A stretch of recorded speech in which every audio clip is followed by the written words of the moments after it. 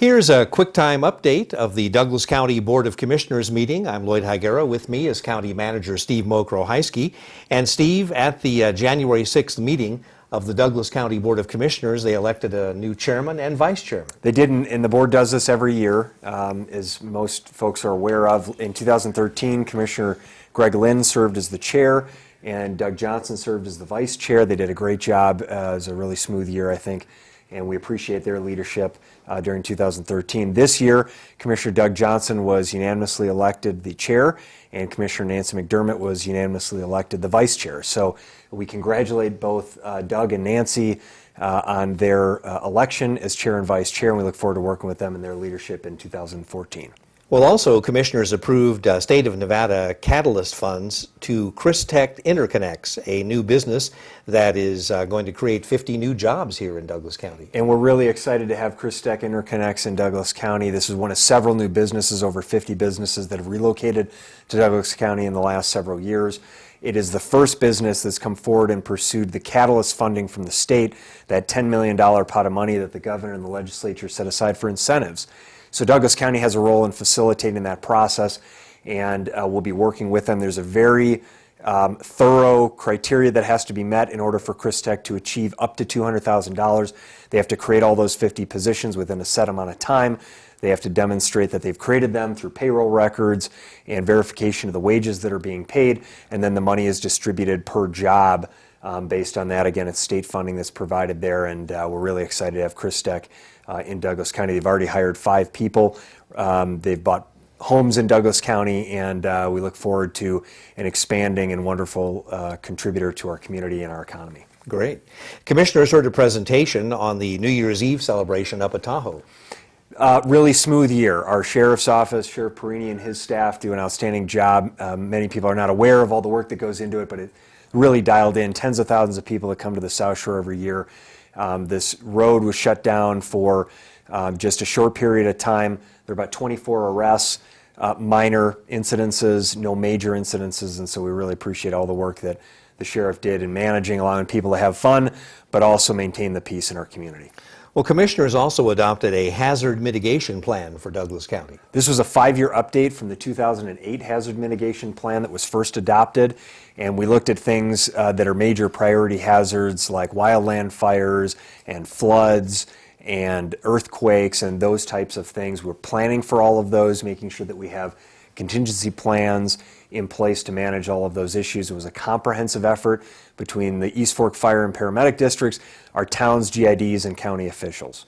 Commissioners heard a report on the audited financial statement for the last fiscal year. And we're in a positive position, as we have been for several years. Our net assets total $243 million. They will continue to increase as we're constructing a new 83,000 square foot community and senior center, building regional water lines and doing positive things for the community. Our net assets will increase. Our ending fund balance has increased by $14 million.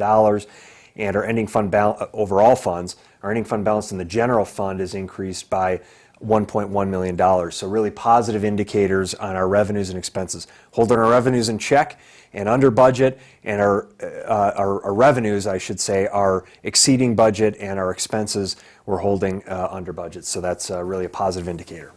Also, there was a presentation that commissioners heard from the Northern Nevada Development Authority on their activities. And we're really working here to leverage the Sierra Pacific megapolitan region. Recognizing we're not just Douglas County, we're not even just Northern Nevada as an economy, but we include the Bay Area and Sacramento all through Northern Nevada, and we're focusing on highlighting manufacturing, promoting healthcare initiatives. That's a big focus area. Continuing our focus on agriculture and making more of an investment in the demand there.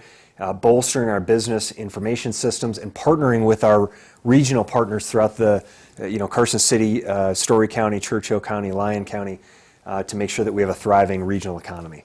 Well, it happens every January. Commissioners made appointments to various citizens advisory boards. I'm going to do my best to roll through these quickly, Lloyd. The 911 Surcharge Advisory Committee, Bruce Beamer and Bill Driscoll were appointed to that. They allocate funds for replacement of 911 equipment. The Airport Advisory Committee that does marketing and noise control and things at our general aviation world-class Minden-Tahoe Airport. Alfred Brown, Howard Charney, Bill Chernock, and Linda Mae Draper were appointed to that.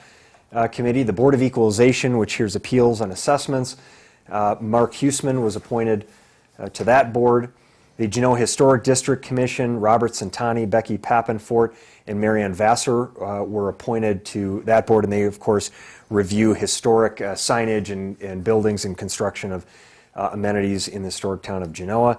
The Parks and Rec Advisory Commission, Gary Dove, Britta Swanson, and Celeste Perini were appointed to Parks and Rec Advisory Committee, which is self-explanatory. The Planning Commission, of course, which reviews zoning and planning and development projects. James Madsen and Margaret Pross were reappointed there. The Senior Services Advisory Council, Bob Cook, Paul Lockwood, and Mike Olson are on that board that reviews senior services and programs. The Water Conveyance Advisory Committee, Dennis Jensen, Russell Scosa, and Fred Stodick, that deal with the use of water in the Carson watershed were appointed there. And then Mike Dunn was appointed to the Western Nevada Development District Board, which pursues federal grants for economic development.